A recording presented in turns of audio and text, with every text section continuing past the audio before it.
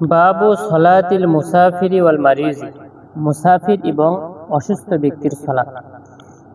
আন আয়েশা রাদিয়াল্লাহু আনহা ক্বালাত আউয়ালু মা ফুরিজাতিস সালাতু রাকাতাইন, মানে সর্বপ্রথম যে ফরজ সালাত, যে সালাত ফরজ করা হয়েছিল সেটা হলো কি 2 রাকাত। ফা উকিরাত সালাতুস সাফার, সুতরাং এই 2 রাকাত সালাতকে স্থায়ী করা হয় সফরের সালাত হিসেবে। ও উতিম্মাত সালাতুল হাজার, আর উপস্থিত থাকার সালাতে তোমার পূর্ণতা রাখা হয়, অর্থাৎ 4 রাকাত বিশিষ্ট সালাতগুলো বাহিরে গেলে, সফরে গেলে তখন 2 রাকাত পড়তে হয়, এবং হাজর মানে সফর না করা হলে তখন বাড়িতে 4 রাকাতই পড়তে হয়। কিন্তু সর্বপ্রথম তোমার রাকাত ফরজ করা হয়েছিল কত? 2 রাকাত। যদি বলা হয় সর্বপ্রথম কত রাকাত সালাত ফরজ করা ছিল, তাহলে 2 রাকাত সালাত। তাহলে 2 রাকাত সালাত কিভাবে কমে গেল? উত্তর হলো কি, যে সফরের জন্য 2 রাকাত থেকে গেল, উপস্থিত থাকলে তখন কি তোমার 4 রাকাত থাকবে। এবং সফর এবং মুকিম, উপস্থিত থাকলে এর নাম বলে হচ্ছে কি মুকিম। কি বলে? মুকিম। মুকিম মানে বুঝতে হবে যে ব্যক্তি সফরে যায়নি, আর মুসাফির মানে সফরে গেছে। ওয়ালিল বুখারী, বুখারী বর্ণনা সুম্মা হাজারা, এরপর নবী সাল্লাল্লাহু আলাইহি ওয়াসাল্লাম হিজরত করেন। ফাফুরিজাত আরবাআন, এরপরে কি 4 রাকাত সালাত ফরজ করা হয়। ও উকিরাত সালাতুস সফরে আলাল আউয়াল, আর সফরের সালাতকে আগের মতোই রেখে দেওয়া হয়। আগের মতো মানে 2 রাকাতের উপরই রাখা হয়। ওয়াজাদ আহমদ ইল্লাল মাগরিবা, তবে মাগরিব নয়। ফা ইন্নাহা বিতরুন নাহার, কেননা এটা হচ্ছে কি দিনের বিতরকারী। দিনের সালাত 4 রাকাত, জোহর 4 রাকাত কি আসর, এই দিনের সালাতকে তোমার বিজোর করে দেয় কি মাগরিবের সালাত। এটা প্রশ্ন হতে পারে যে দিনের সালাতকে কিসে বেজর করে দেয়? ঠিক আছে। ওয়া ইল্লা সুবহা, তবে সকালের সালাত না, মানে সকালে এবং সালাত সকালে টানা। ইল্লাল মাগরিবা, মাগরিবের সালাত তোমার কি হবে না, কম হবে না। ওয়া ইল্লা সুবহা, এবং সকালের সালাত তোমার কম হবে না। তাহলে মাগরিবের সালাত কম না হওয়ার জন্য ওদের দেখালো কি যে দিনের সালাত কি করে দেয়, বেজর করে দেয়। তো তোমার 3 রাকাত সালাত যদি আবার কম করা হয় তখন তো আর ওইটা হচ্ছে না। 2 রাকাতে যদি নিয়ে আসা হয় তাহলে তো আর বেজর হলো না। আর ফজরের 2 রাকাত সালাত তোমার কম করা হবে না, কারণ ওখানে তো রাকাতই তোমার কত 2, তো ওখানে কম করলে আবার কি হয়, 1 রাকাত হয়। তাই 1 রাকাত তোমার সালাতও নয় ফরজ। এবং এখানে কি ফাইন্নাহা তুতাওয়ালু ফিহাল কিরাত, আর ফজরের সালাতে তোমার কিরাত কি করা হয়, লম্বা করা হয়। ওয়ান আয়েশা রাদিয়াল্লাহু আনহা আন্না নবী সাল্লাল্লাহু আলাইহি ওয়াসাল্লাম কানা ইয়াকসুরু ফিস সাফারি ওয়া ইউতিম্মু ওয়া ইয়াসুমু ওয়া ইফতিরু। আয়েশা রাদিয়াল্লাহু তাআলা আনহা তিনি বলেন, নবী করিম সাল্লাল্লাহু আলাইহি ওয়াসাল্লাম তিনি সফরে কসরও করতেন এবং পূর্ণও করতেন, অর্থাৎ কখনো 2 রাকাতও করতেন, আবার কখনো 4 রাকাতই আদায় করতেন। ওয়া ইয়াসুমু ওয়া ইফতিরু, কখনো তিনি সিয়াম রাখতেন, কখনো তিনি সিয়াম ভঙ্গ করতেন। ওয়াল মাহফুজু আন আয়েশা মিন ফিআলিহা, যে আয়েশা রাদিয়াল্লাহু তাআলা আনহার এগুলো নিজস্ব কাজ। ইন্নাহু লা ইয়াশুক্কু আলাইয়া, তিনি বলছেন যে এইগুলো কাজ করাতে লা ইয়াশুক্কু আলাইয়া, আমার উপরে কোনো মানে কষ্ট হয় না, আমাকে কোনো ভারী লাগে না এগুলো করতে। ওয়ান ইবনে উমর রাদিয়াল্লাহু আনহুমা ক্বালা ক্বালা রাসূলুল্লাহ সাল্লাল্লাহু আলাইহি ওয়াসাল্লাম ইন্নাল্লাহা ইউহিব্বু আন ইউতা রুখসাহু, রাসূল সাল্লাল্লাহু আলাইহি ওয়াসাল্লাম বলছেন আল্লাহ তাআলা ভালোবাসেন তার রুখসগুলো, তার রুখসত দেওয়াগুলো, বান্দাদেরকে তিনি যে সুযোগ দিয়েছেন সেই সুযোগগুলো বান্দা নিয়ে আসবে, এটা তিনি কি করেন, পছন্দ করেন। বান্দা যদি তোমার যেমন দুর্বল, সেই দুর্বলের মতোই থাকতে হবে। পানি ব্যবহার করতে পারতেছে না, সে কি ব্যবহার করবে, মাটি ব্যবহার করবে। তাহলে এই যে রুখসতগুলো দেওয়া আছে, সেই রুখসতগুলো বান্দা গ্রহণ করবে, এটা তিনি সেই রকম ভালোবাসেন। কামা ইয়াকরাহু আইয়ুতা মাসিয়াতুহু, যেমন ভাবে তিনি তার পাপ কাজ করাগুলোকে, পাপ কাজ নিয়ে আসাকে অপছন্দ করেন। পাপ কাজ করাটাকে তিনি যেমন অপছন্দ করেন, তেমনি তার এই রুখসতগুলো যে ব্যক্তি নিয়ে আসবে, পালন করবে, আল্লাহ তাআলা তার প্রতি সেই রকম কি খুশি হন, ভালোবাসেন। অফির ওয়ায়াতিন, অন্য বর্ণনা আছে কামা ইউহিব্বু আন তুতু আযাইমুহু, যেমন ভাবে তিনি ভালোবাসেন তার কঠিন, অনেক দৃঢ় কাজগুলো, খুব কঠিন কঠিন কাজগুলো করাটা তিনি যেমন পছন্দ করেন, অনুরূপভাবে এই সমস্ত রুখস অর্থাৎ সুযোগ দেওয়া কাজগুলোকে গ্রহণ করাটাও তিনি পছন্দ করেন, ভালোবাসেন। وعن انس رضي الله عنه قال كان رسول الله صلى الله عليه وسلم اذا خرج مسيرة 3 اميال او فراسخ 3 ফারসাখ অথবা 3 মাইল যখন আল্লাহ রাসূল বের হয়ে যেতেন, অতিক্রম করতেন, সাল্লা রাকাতাইনি, তখন তিনি 2 রাকাত সালাত আদায় করতেন, মানে কসর করতেন। 3 মাইল অতিক্রম করার পরে তিনি কি করতেন? কসর করতেন। ওয়া আনহু রাদিয়াল্লাহু আনহু ক্বালা খরাজনা মা রাসূলিল্লাহি সাল্লাল্লাহু আলাইহি ওয়াসাল্লাম। আনাস রাদিয়াল্লাহু তাআলা আনহু তিনি বলেন, আমরা নবী করিম সাল্লাল্লাহু আলাইহি ওয়াসাল্লামের সাথে বের হয়ে গেলাম মিনাল মদিনাতি ইলা মক্কা, মক্কা থেকে মদিনার দিকে যাওয়ার জন্য, মদিনা থেকে মক্কার দিকে যাওয়ার জন্য। ফাকানা ইউসাল্লি রাকাতাইনি হাত্তা রাজানা ইলাল মদিনাতা, বের হওয়ার পরে তিনি 2 রাকাত করে তিনি সালাত আদায় করতেই ছিলেন, এমনকি আমরা মদিনায় পৌঁছে গেলাম। মানে তুমি ঢাকায় যাচ্ছ, ঢাকায় যেতে তোমার মনে করো সেই সময় গাড়ি ঘোড়া হোক, তুমি এখন গিয়ে সিরাজগঞ্জে তুমি কি করতেছো? জোহরের নামাজ আদায় করলে, পরে গেছো তুমি আরেক জায়গায় গিয়ে তুমি কি আসরের সালাত আদায় করলে, 2 রাকাত করে পড়তে যাবা। যাতে যদি তোমার 5 দিনও লাগে, সেই 5 দিনও তুমি কি করবা? 2 রাকাত করে পড়তে থাকবা। ইশার, মাগরিব এবং ফজর বাদ 2 রাকাত করে পড়তে থাকবা। ঢাকাতে গিয়ে তুমি যদি থাকো 20 দিন, তখনও তুমি কি 2 রাকাত করে কি পড়তে থাকবে। জামাতের সাথে এবং একা একা পড়ার আলাদা আলাদা পদ্ধতি আছে। তুমি যদি একা পড়ো তা জামাতের তো ফজিলত পাচ্ছ না, জামাতের সাথেই পড়বো, কিন্তু পদ্ধতি জেনে নিতে হবে। এখন তোমার কথা হতে পারে যে যদি আমি পড়ি 2 রাকাত, তাহলে ইমাম তো করতেছে কত? 4 রাকাত, তাহলে তুমি 2 রাকাত করে বসে থাকবা। 2 রাকাত করে বসে থাকবা। ইমাম সাহেব যখন 4 রাকাত সালাত আদায় করে সালাম ফিরবেন, তখন তুমি ইমামের সাথে কি সালাম ফিরাবা। সালাম আগে ফিরাতে পারবা না, তুমি 2 রাকাত করে কি বসে থাকবা। হ্যাঁ, এমনিতেই বসে থাকবা। আর যখন ইমাম সাহেব সালাম ফিরাবেন, তখন তুমি সালাম ফিরাবা। এটাই এক।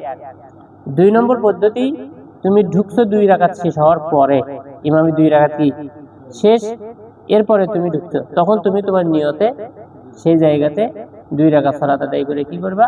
সালাম ফিরাবা। অথবা আগে হোক পরে হোক, নিয়ত তুমি করে, কসরের নিয়ত করে তুমি ওখানে ঢুকে যাবা। তুমি যদি ইমামতি করো, তাহলে মানুষদেরকে জানিয়ে দিবা।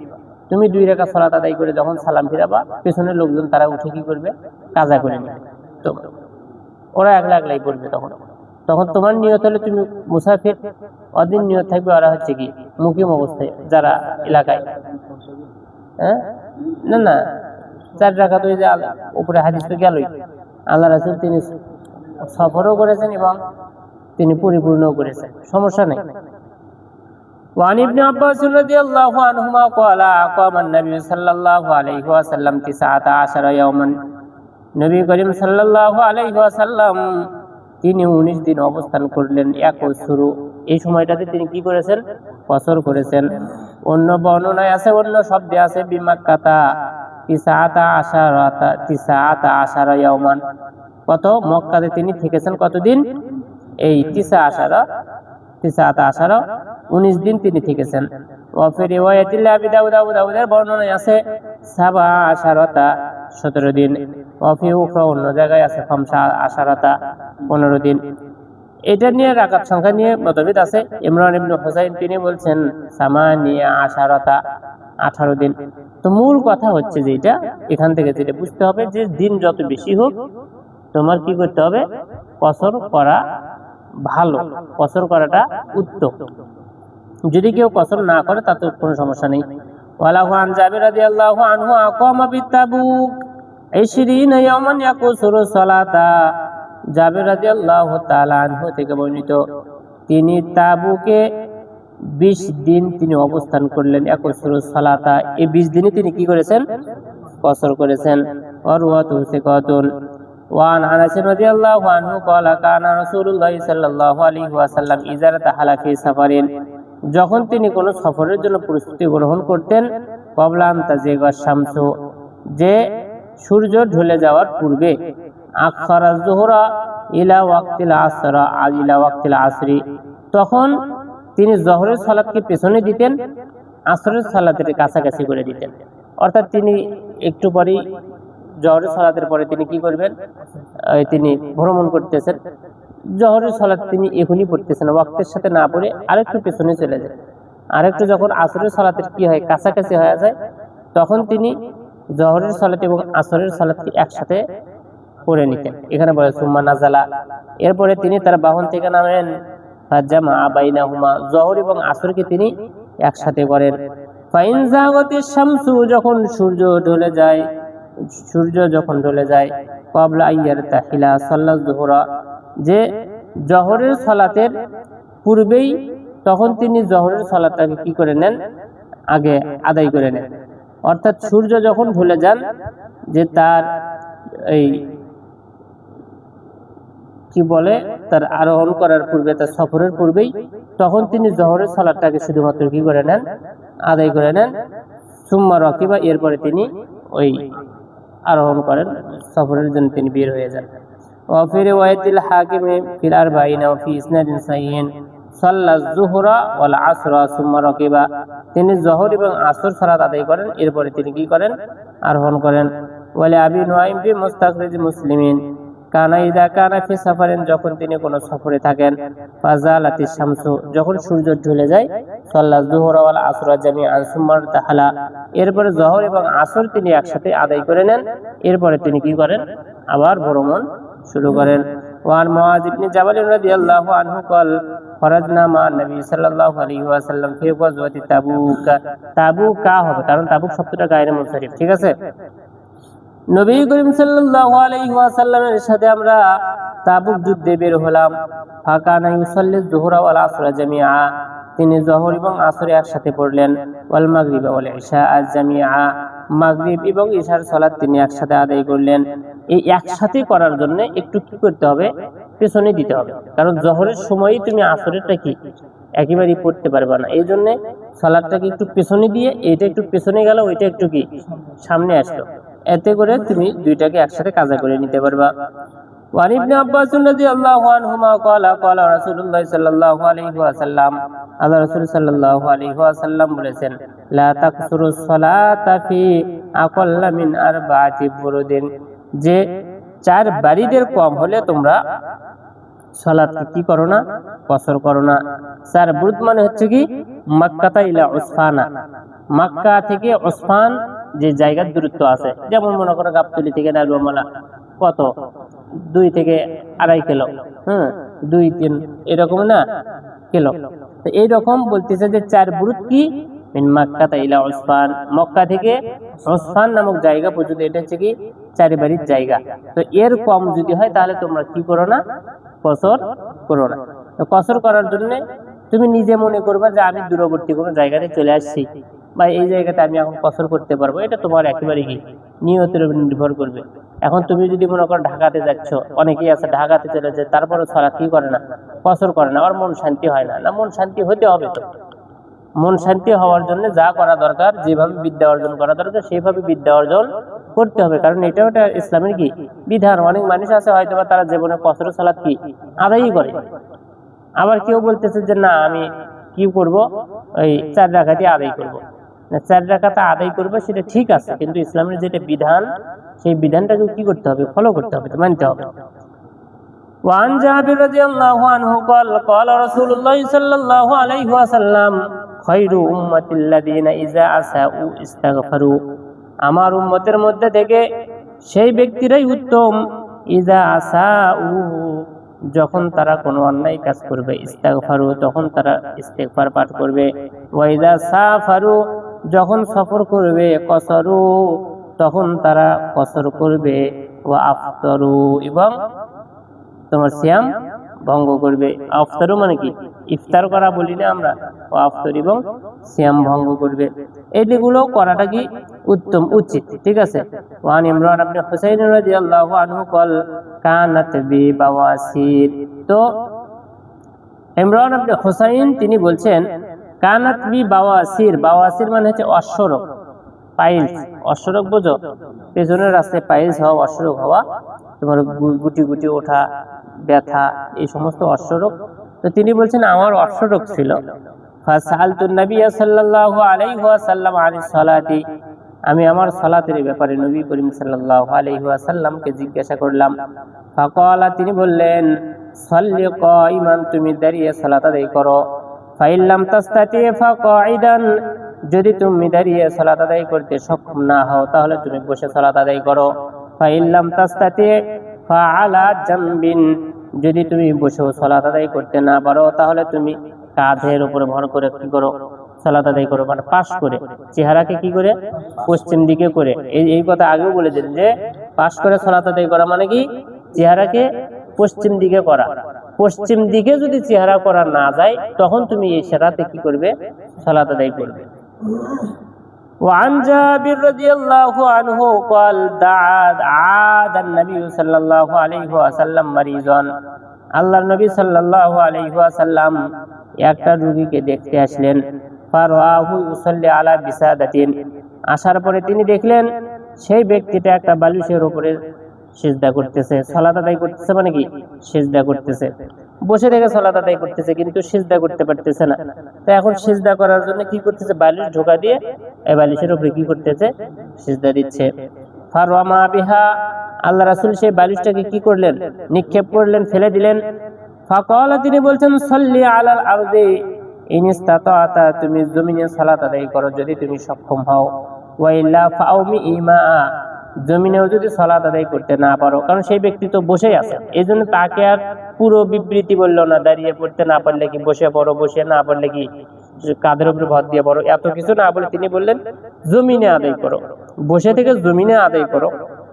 যদি তুমি তাতেও সক্ষম না হও তাহলে তুমি কি ইশারায় সালাত আদায় করো।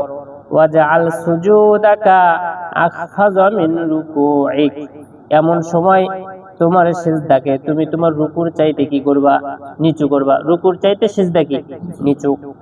وعن عائشة رضي الله عنها قالت رأيت النبي صلى الله عليه وسلم يصلي متربعا, নবী করিম সাল্লাল্লাহু আলাইহি ওয়াসাল্লাম, আমি আয়েশা রাদিয়াল্লাহু তাআলা আনহা তিনি বলছেন আমি নবী করিম সাল্লাল্লাহু আলাইহি ওয়াসাল্লামকে দেখেছি ইউসাল্লি মুতারাব্বিআন, তিনি মুতারাব্বি, চার জানুর উপরে সালাত আদায় করছেন, আমি এটা দেখেছি। এটা চার জানুর উপরে সালাত আদায় করা, এটা হয়তো বা তোমরা জানো না যে চার জানুর উপরে সালাত আদায় করাটা কি। একটা হচ্ছে ইফতিরাশ। ইফতিরাশ কি, তোমার যেটা বাম পায়ের উপরে বসে থেকে ডান পা কি করে দেওয়া, খাড়া করে রাখা, এটার নাম হলো কি ইফতিরাশ।